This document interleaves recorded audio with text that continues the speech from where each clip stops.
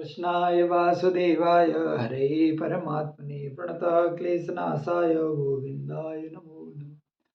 वसुदेवसुतं देवं कंसचाणूरमर्दनं देवकी परमानन्दं कृष्णं वन्दे जगद्गुरु।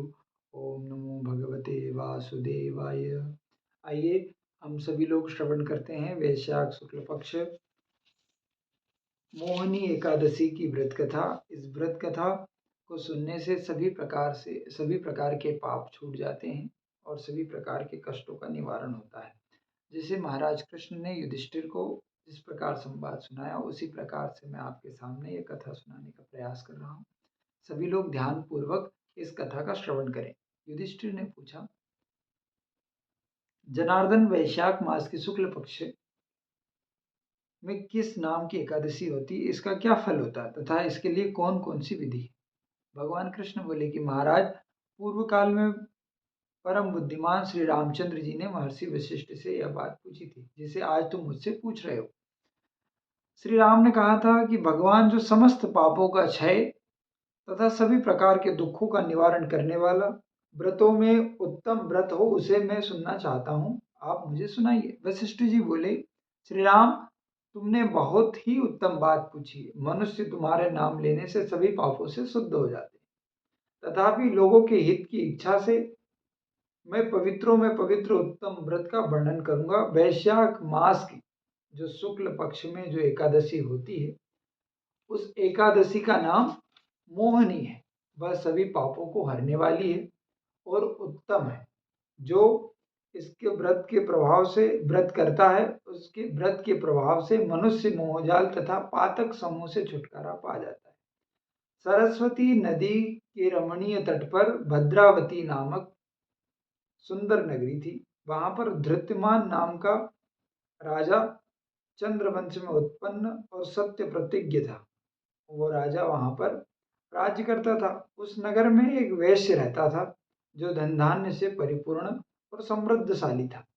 उसका नाम धनपाल था। वह सदा पुण्य कर्मों में ही लगा रहता था।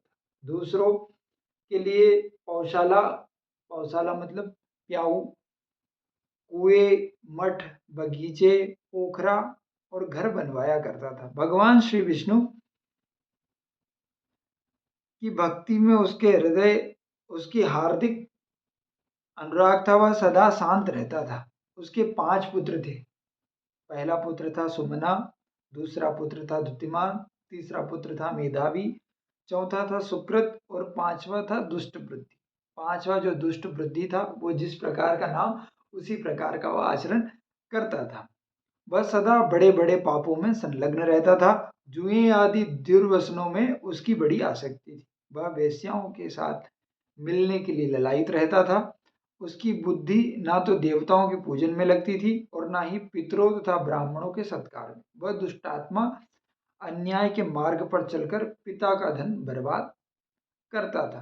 पूत कपूत तो क्या धन संचय, पूत सपूत तो क्या धन संचय। ऐसे दुष्ट व दुराचारी पुत्र से उसके पिता और चारों भाई बड़े दुखी रहते थे।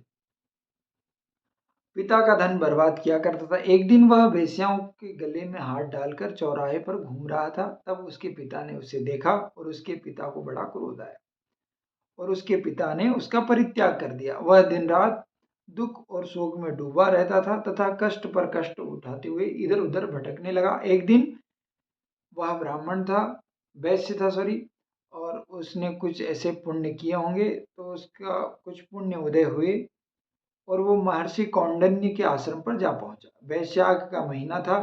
तपोधन कौंडिन्य गंगा जी में स्नान करके आए थे। दुष्ट बुद्धि शोक के भार से पीड़ित हो मुनिवर कौंडिन्य के पास गया और हाथ जोड़कर सामने खड़ा होकर बोला, ब्राह्मण द्विज श्रेष्ठ, मुझ पर दया करके कोई ऐसा व्रत एवं अनुष्ठान या पूजन मुझे बताइए जिसके पुण्य के प्रभाव से मेरी मुक्ति हो जाए। कौंडिन्य बोले कि वैशाख मास की शुक्ल पक्ष की जो एकादशी है, जिसे मोहिनी कहते हैं, ये बड़ा ही प्रसिद्ध एकादशी का व्रत है। इस एकादशी के व्रत को करो। मोहिनी के उपवास करने पर प्राणियों के अनेक जन्मों के किए हुए मेरु पर्वत मतलब ऐसे पाप जिनका क्षय नहीं हो सकता, जैसे महापाप भी नष्ट हो जाते हैं। वशिष्ठ जी कहते हैं, श्री रामचंद्र जी मुनि के यह वचन सुनकर दुष्ट बुद्धि का चित्त प्रसन्न हो गया और उसने कौंडन्य के उपदेश से विधि पूर्वक मोहिनी एकादशी व्रत को किया। नृपश्रेष्ठ इस व्रत के प्रभाव से वह निष्पाप हो गया और दिव्य देह धारण करके गरुड़ पर आरूढ़ हो सभी प्रकार के उपद्रवों से सहित श्री विष्णु धाम को चला गया। इस प्रकार यह मोहिनी व्रत बहुत उत्तम है। इसके पढ़ने और सुनने में सहस्र गोदान का फल मिलता है। श्री नारायणार्पणमस्तु। कृष्णाय वासुदेवाय हरे परमात्मने प्रणतः क्लेशनाशाय गोविंदाय नमो नमः। आप सभी लोग मोहिनी व्रत बड़े विधि विधान से करें। दिन में सोए ना, बार बार जल ना पिए, किसी की निंदा ना करें, चुगली ना करें। व्रत करने के पूर्व भगवान नारायण का पूजन अर्चन करें, भगवान विष्णु का पूजन करें। भगवान विष्णु का पूजन करने के बाद पुरुषोक्त आदि आते हैं तो पुरुषोक्त आदि भगवान को सुनाएं।